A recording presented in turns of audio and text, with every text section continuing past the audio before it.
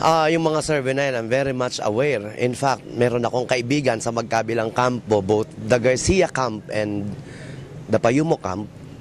Both camp admits na isa ako sa mananalo. In fact, both camp claims that they will get the majority of the members of the Sangguniang Bayan, but none of them claim that they will have a sweep of 8-0 because both admit that I will be one of the councilors. Ngayon, nagtataka rin ako. I ran for mayor in 2010. I got 12,000 votes. Now, the vote I got now is only close to 10,000. Siguro, nakakapagtaka. Wala naman tayong major blunder na ginawa to merit such change in the patronage of the people. Kung napagbigyan ako sa posisyon na singgelan, I mean, isa lang mayor ang pipiliin mo. Now, lumaban ako ng konsel, 8 ang pipiliin, ay bakit hindi naman ako maisisingit? Bababa pa yung boto from 12,500 to less than 10,000. So, although wala naman akong pinanghahawakang ebidensya, but I have to admit, kung iyan ay political tactic, yun ay political strategy, napakagaling. The way I understand, parang it's like a psychological manipulation. Kasi, ang daming, I know for a fact, even in the GILA camp, they have leaders that are, we share leaders. They have leaders that are also, who are also my leaders. But they admitted to me, wala silang nagawa for me. Maybe I got their one single vote. Pero hindi para ilakad doon sa barangay. Ang naging problema, parang there was some sort of, they didn't have a chance to do something for me. Yung mga tao were psychologically manipulated, lalo na siguro kung medyo hindi naiintindihan yung workings ng isang computer. May pangalan ka sa kanila and then they have continuous follow-up. And then,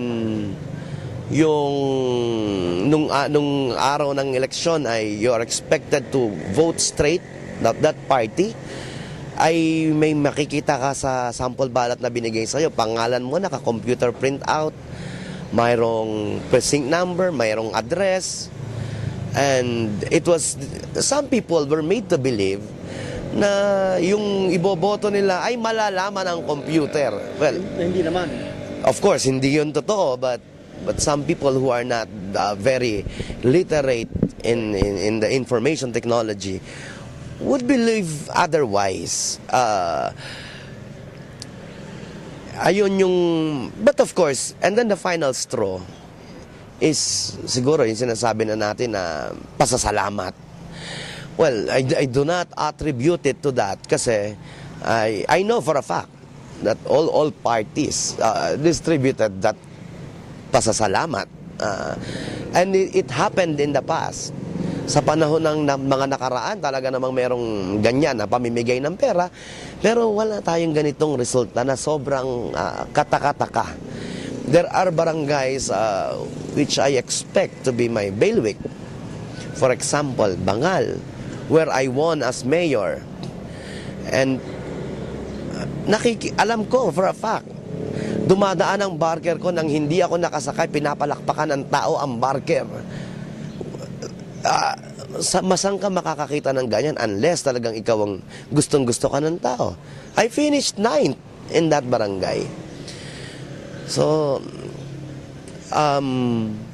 magaling kung strategy ang pinag-uusapan natin. Magaling. Sana nga, yun na lamang strategy ang in-employ dito. Sana nga, walang something illegal. Of course, illegal yung pagbibigay ng pera. But what I mean is, walang more than that. For example, manipulation of the PCOS machine. I hope there's none. Ngayon, kung wala talagang nangyaring manipulation dun sa makina, I have to admit that I admire the strategies of the Garcias. Pero hindi ka naman hinto sa pagtatanong at You have no pag-iimbestiga. plans of filing any protest, sir? no, because that will be very costly on my part. And besides, I'm not the... Hindi ganun kalaki ang stake ko dito sa laban na to, being a candidate for councilor. But then, if there are parties na magiging interesado dyan, I will be very much interested to know the outcome. Kahit sino masagasaan. Oh yes, of Para course. malaman ng katotohanan. Of course, Tama si Jules Barrio.